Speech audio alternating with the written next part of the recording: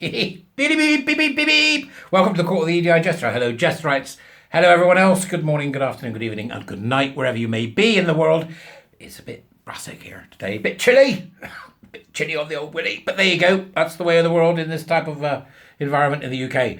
So, what have I got for you today? Come and Jesterite. Come and join the Jesterites. You get some member-only content, and you get previews of the videos that are coming up. So you get to see them before the rest of the world. I say the world. 800 people that can be bothered.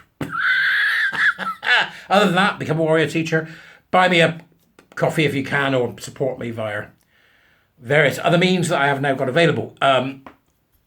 This is really good news. Really good news. And I'm really pleased to be reporting it. On the back of, from a user on Twitter called Leor Sapir, or Sapir, Leorsapir, at Leorsapir. Again, links to the original tweeter in the doobry so that you can have a look. But this, I think, is very important. I think this is very important. And so does Leor. So I'll just take you through it quickly. You can then go and follow him. As of now, when I'm looking at it, it's had over nearly nearly a third of a million views. So people are onto this one, which is, I think, fascinating. A detransitioner has just filed a lawsuit against Dr. Jason Rafferty, Dr. Michel Fossier of Thundermist Health Clinic, and others. Thundermist? What were they thinking? This is a major development, as Rafferty is the author of the at Amacad Peds policy, which is American Academy of Pediatrics, right? Policy statement on gender affirming care. So let's get that straight. Jason Rafferty is the author of the American Academy of Pediatrics policy statement on gender affirming care, okay? Which, you know as well as I do, is a euphemism for get them on the train and then remove their teats or their beats. The plaintiff, LU, that's the name of the person, all we've got is the LU, the initials, Lou, right? Had multiple psychiatric disorders. Here we go again. Multiple psychiatric disorders, including, this poor person, dissociative identity disorder, ADHD, OCD, and bipolar disorder, when she sought help from Thundermist Health Clinic in Rhode Island. Okay, in the Americas, which is where we are. It gets worse. She had just escaped from over 18 years of physical, sexual, and psychological torment at the hands of a cult and its leadership, which began for her around the age of 6.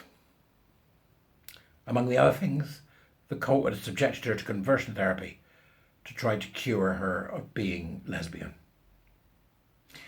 In his clinical notes, Rafferty acknowledged Lou's current goals are 4 (brackets, testosterone, close bracket, and top surgery), but describes internal turmoil between alters (brackets, multiple personalities, close brackets) about meaning of gender identity that likely requires additional support and exploration.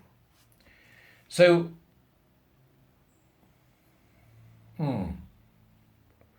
they're talking about somebody here having multiple personality disorders and multiple personalities. Right, first off, that multiple personalities thing. Skeptical. You know why I'm skeptical? You know why I'm skeptical? Years ago, there was a book written called Sybil, right, which was about a woman that had 20 personalities or something, and it was made into a film starring Sally Fields, right? It's a horrible film. It's an awful mother, the way she treated her. And she ended up dissociated, having all these different characters she lived by. Unfortunately, it ended up being debunked. It was nonsense. You know the sort of book in the section, please don't do that, mummy. Please don't do that, daddy. It's that section, right? Sold millions, people bought it. This person sounds like they bought it, this Rafferty guy. I'm not even sure it's a thing, right? But we'll see. We'll see what happens in the court case, won't we? Rafferty, nevertheless, despite knowing all of those things about those comorbidities that I've just read to you, Rafferty nevertheless approved her for hormones, stating, "It is this provider's perspective that testosterone would be indicated based on history and with essential psychological supports in place. So they've asked somebody who is obviously deeply mentally ill, who I would question has or is capable of demonstrating what we would call capacity in this country, right? Which is the capacity to look after themselves, the capacity to make decisions, is saying that testosterone is indicated. That's an ideological diagnosis, isn't it? Or is it, am I wrong? You tell me. I think that's an ideological diagnosis. After a brief hormone high period, T is thought to have antidepressant properties. That's questionable, brackets again. T is thought to have antidepressant properties. Lou began experiencing dangerous mood swings, fits of anger, more frequent bouts of depression, and feeling even more disconnected from herself and her sexuality than she was prior to taking testosterone. The facial hair and other bodily responses to the testosterone were more severe than advertised, and she quickly realised that the treatment was not going as promised. It's such quackery, isn't it? 100% failure rate. 100% failure rate. When Lou inquired about discontinuing T, she was met with cold, disinterested apathy from Rafferty, according to the complaint. Cold, disinterested apathy.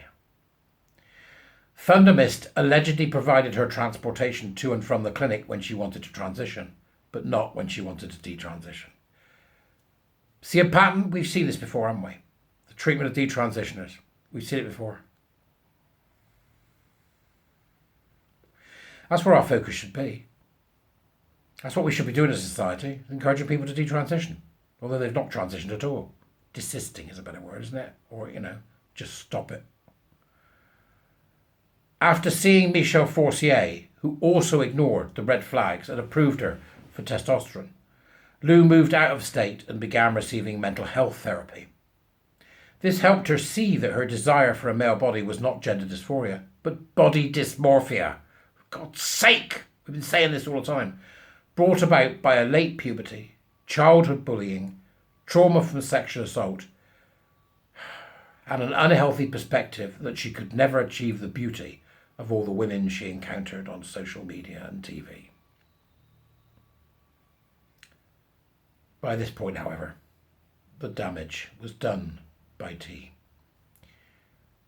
Lou now suffers from bodily disfigurement, ongoing estrogen deficiencies, painful premenstrual dysphoric disorder, suspected osteoporosis, development of painful skin nodules. I could go on. Go and read it, right? It was in the Daily Mail, okay? So there's a link in Leo. I'm going to give you, Leo brought this, it was brought to my attention by reading Leo's thread. So the link to Leo's thread is in the Dubras. You can go and have a look at the Daily Mail, right? But what's particularly important about this is that A, this wasn't a minor. Wasn't a minor, okay? They're going to be represented by D-Trans Law, a boutique law firm specialising in gender medicine, and is suing for medical malpractice, gross negligence, and a lack of informed consent. This could be a serious game changer in the American experience of gender. A serious game changer. And we shouldn't underestimate it. I shall look forward to following what happens, and I do wish Lou all the best because she's got some terrible symptoms. Nevertheless, this is good on a micro scale, it's terrible news for Lou in terms of her health, and now she may be on the way to recovery. But on a macro scale, from our perspective, it's bloody good news. We need more of this. America is where lawfare will play the biggest part, I think, because they don't have socialised medicine. Over here, we'll keep on to the NHS. Eventually, they'll stop doing it all.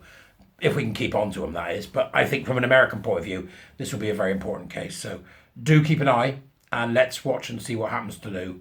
And I'm sure that as the case moves forward, we'll be able to hear more about its efficacy and what exactly it will mean for gender ghouls who are practicing surgery if she wins and wins big. Because I think the insurance companies will pull the plug. And if they pull the plug, that's a major win for America. All right, folks, go have a good day. We'll take the wins where we can get them.